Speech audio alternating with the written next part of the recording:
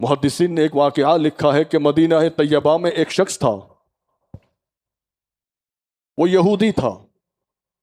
مگر اسے حضور سے اتنی محبت ہو گئی کہ وہ شخص، اس نے اپنی روٹین بنا لی کہ صبح اٹھتا، اپنے گھر سے نکلتا، مسجد نبوی کے دروازے پر بیٹھ جاتا اور صرف حضور کی زیارت کرتا، صرف سرکار کی زیارت کرتا، سرکار کو دیکھتا رہتا۔ اس نے اپنی زندگی کا یہ حصہ بنا لیا کہ بس مجھے اپنے گھر سے نکلنا ہے اور مسجد نبوی کے دروازے پر بیٹھ کر چھپ کر خاموشی سے بس سرکار کو دیکھتا رہتا۔ ڈکلیئر نہیں کر رہا، یعنی وہ اعلان نہیں کر رہا، ایمان نہیں لا رہا، کیونکہ اسے خوف تھا۔ اس کا باپ یہودی ہے، اس کا خاندان یہودی ہے، کہ کہیں میں اگر ایمان لے آؤں تو مجھے یہ نقصان نہ پہنچائیں، مگر محبت کر رہا ہے، رخ مصطفیٰ کی زیارت کر رہا ہے۔ وہ وقت بھی آیا کہ وہ نوجوان تھا، بیمار ہوا، ایک دن گزرا، 2 دن گزرا، اب یہ بیماری بڑھتی گئی۔ جب طبیبوں کو بلایا گیا تو انہوں نے لا علاج کر دیا کہ یہ اب اس کا کوئی علاج نہیں، یہ کچھ دنوں کا مہمان ہے، اس کی بس خدمت کرو۔ اب یہ نوجوان ایسی بیماری میں مبتلا ہوا، تمام ڈاکٹرز نے کہہ دیا کہ اب کوئی اس کا علاج نہیں ہے۔ اب یہ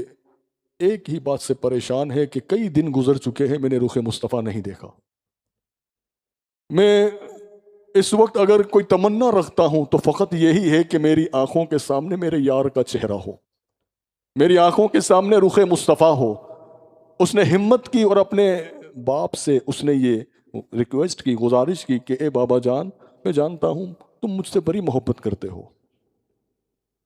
میں ایک خواہش رکھتا ہوں، ایک میری تمنا ہے، اور اب میری سانسیں جو یہ گنتی کی ہیں،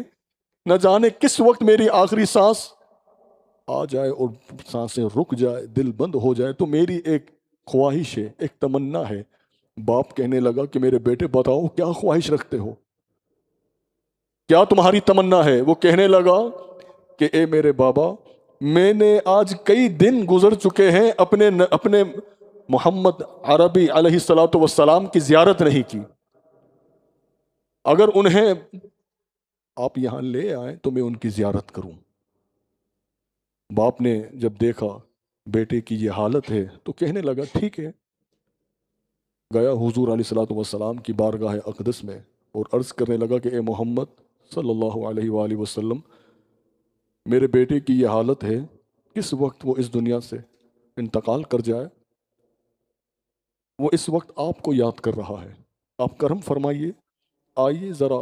اپنی زیارت سے اسے مستفیض کریے۔ حضور نے اپنے غلاموں کو حکم دیا اور اب حضور اپنے غلاموں کے ساتھ اس کے گھر تشریف لے جاتے ہیں کہ سنا ہے آپ ہر عاشق کے گھر تشریف لاتے ہیں، میرے گھر میں بھی ہو جائے چراغا یا رسول اللہ۔ یہ نبی کا اخلاق دیکھیے کہ ایک یہودی کے گھر جا رہے ہیں، یہ نہیں کہا کہ تم تو یہودی ہو، تمہارا ہمارا کیا کام، جاؤ اپنا کام کرو، مگر یہ رحمت والے نبی اخلاق کے اس اعلیٰ درجے پر ہے کہ ایک یہودی کے کہنے پر اس کے گھر جا رہے ہیں۔ جب تشریف لے گئے، اس نوجوان جو بالکل بستر پر ہے، اس نے دیکھا کہ حضور آ چکے ہیں، محمد علیہ الصلوۃ والسلام تشریف لا چکے ہیں، زیارت کی عرض کرنے لگا کہ یا رسول اللہ،